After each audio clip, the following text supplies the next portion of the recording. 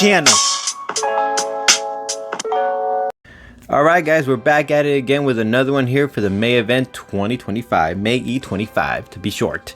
And this one is called the animation match. I don't believe we've had this one before. This one is not based on cartoons, it's based on actual computerized films or series or something like that. And this time we decided to give you two interesting characters to start this off. Now let me explain the rules. I'm gonna give you guys both the arguments for these characters, their background feats, and then at the end we're going to claim a winner. You guys can feel free to leave it down in the comment section below if you agree or disagree. Just please be respectful. And now that being said, let's get down to the beat. Representing the Frozen franchise, Elsa. Now, when she was a child, she can make a room into a snow day, create snowmen, instantly create steps for her sister to step on, and make the ground into a solid ice. Out of frustration for her sister pushing her, she created a spiked fort using her ice powers. She turned a fountain into solid ice. She shot accidentally a snow blast on some steps to warn the people trying to apprehend her. She learned quickly that she can walk on water by creating ice as she stepped anywhere.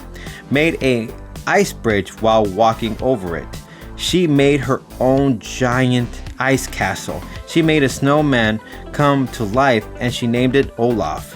She made a giant ice monster out of thin air, dodged an arrow from a crossbow using an ice wall out of nowhere, defeated two assassins with crossbows using her ice powers. She broke through possibly cast iron cuffs and chains by making the room around her so cold she tumbled a wall as well in the process. She created an eternal snowstorm in her hometown. She brought her sister back to life after she turned into solid ice.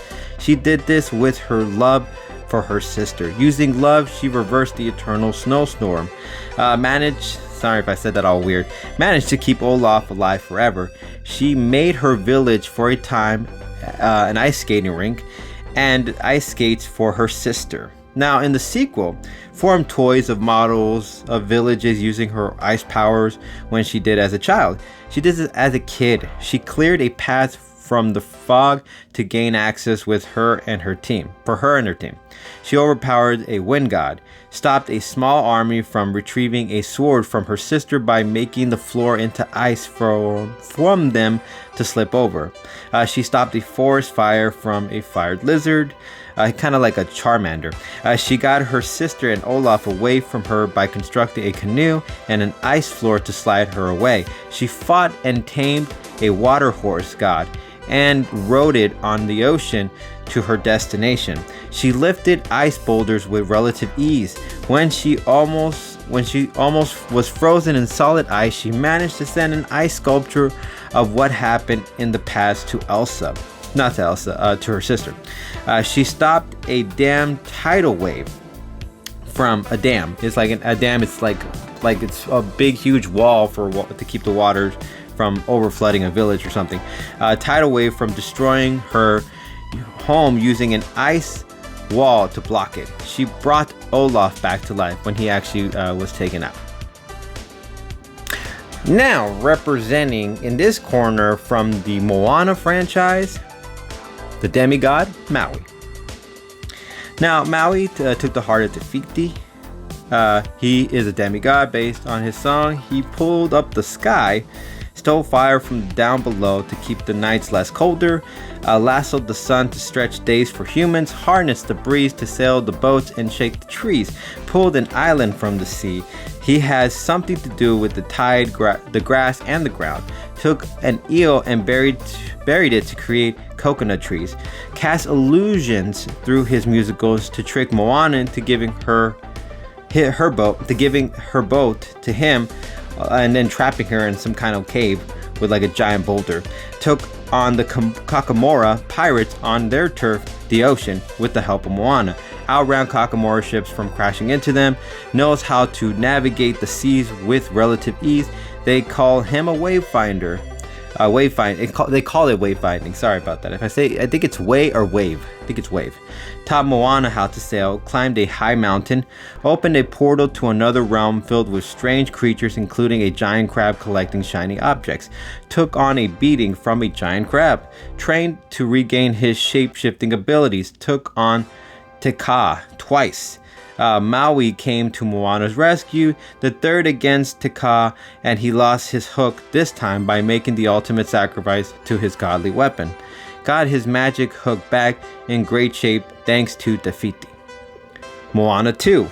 Now with full control of his shape-shifting abilities, he flew in dangerous territory, at one point wanting a fight with Talo, a god, I believe that's the name of the character, the villain, was tied up for a time with fish bones being used as a sort of harness cuffs instead of handcuffs, dangling inside a fish's stomach, and was lucky enough to get himself loose and retrieve his magic fish hook.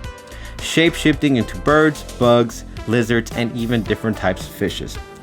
Fought 2 giant eels using his shark and bird form and saved Maui from being eaten. He's 400,000 years old. He's at least thousands of years old. Took on the Megastorm. He pulled an entire island from within the ocean towards sea level above it. Was kept from doing it.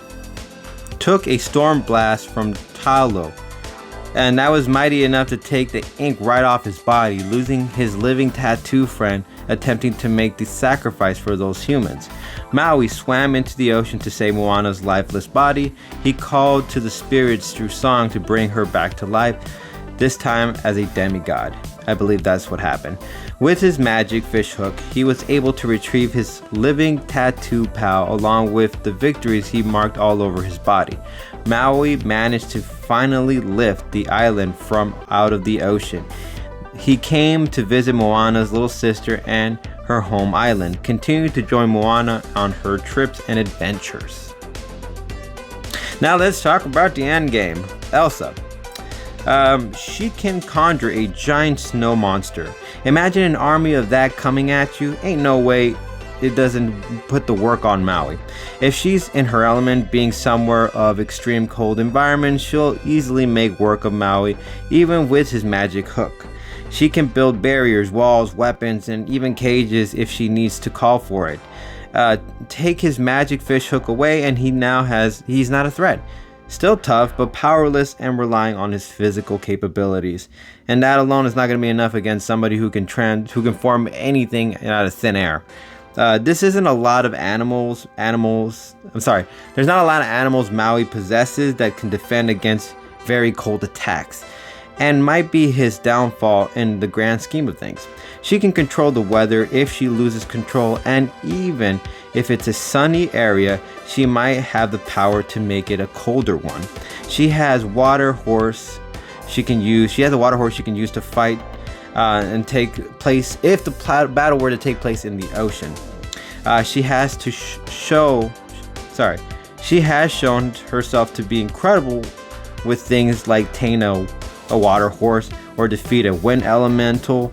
This experience makes her informed that there are forces beyond our comprehension, but still adapt quickly to the fight against it. She has defeated someone with a weapon before, in fact, 2. Both have a crossbow and swords to draw from, and she managed to disarm them without laying a finger. She has the elements in her corner, meaning a version of Charmander but smaller, a horse made out of water, the wind that can form powerful tornadoes. Remember the ones that, gave Maui a little run for his money? And even giant rock monsters. If she needs any assistance during her battle, she always has them. She has magic-based elements along with powerful forces coming from the earth itself. Match that with her sheer determination, makes her a force you don't want to be messing with. Alright, now the end game for Maui. He's a demigod. That alone should be enough to say he has a leg up against competition, as his forces come from gods. Even his weapons is godly, like Thor's hammer. Having the blood of gods and weapons of one is stiff competition. He's a massive dude, a square off face to face. She wouldn't have much to work with considering he's hard he'd be hard to physically put down. He can shapeshift around her powers. Whatever she throws, he can shrink his size or elevate his levels from any of her attacks. Her weapons are made of ice. His magic hook can only be damaged by actual gods. So yeah, he's safe from harm. He's much more physically stronger, as the boy can pull up an island. And if the song he sang is legit, that also means he's done some out of this world feats, meaning his hits will do some serious hurt and overpower her at any point in time during the battle. His animal shifting powers are very handy, as he can change at any time during their close-up with a tiny little thing or to a giant whale. It's like a tiny bug or to a giant whale. And those surprises isn't something Elsa will be ready or be prepared for. He has been taking devastated blows from powerful entities like the weather and an island. He can tolerate anything she might send her way. She has experience on her side, as he has been called to the battlefield a few times, whereas Elsa has to adapt at such short notice, making his reaction time a tad quicker, more experience. His thinking process a little more seasoned, like it's almost second human nature, using his brain to fight more during encounters. Demigod might mean he can only be hurt by gods, and Elsa is powerful, but I'm pretty sure she doesn't fall into the gods territory, meaning he could do this all day. He can handle himself in the middle of the ocean, as he's a wayfinder, and though she might have the solid ice ground to stand on, he can break that into bits using his magic fishhook. But ultimately, there has to be one clear winner for this one, and my choice is Maui. He's still a demigod at the end of the day, and though she reached another level in the second film, she doesn't exactly have any signs of being able to take on a demigod, and he has defeated foes many times, where Elsa shunned herself from the real world for a long time, gaining only very little experience against outsiders. And that's it, folks. If you guys enjoy this, please continue to watch more of our content. The more you guys watch, the more we're going to be able to make a profit for this channel. And as always, No Press Fam, we really appreciate all of you keeping it 800 subs.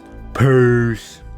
And as always, guys, if you guys enjoy our content, you know what you guys can do. You can share, you can like, or you can subscribe to our channel. When you guys subscribe to our channel, you know what you do. You guys are building our empire and allowing us to provide you guys with even much more greater content for you guys to enjoy. Shout out to all my content supporters. We're not working together, but we like to give credit where credit is due. Ivan the Unstoppable for all the knowledge of comic feats, Watch Mojo for origins and for all the background videos, Comic Historian, Comics Explained, and key issues. Go ahead and check them out and tap into the world of comics by supporting other creators. Link to channels will be in the description below.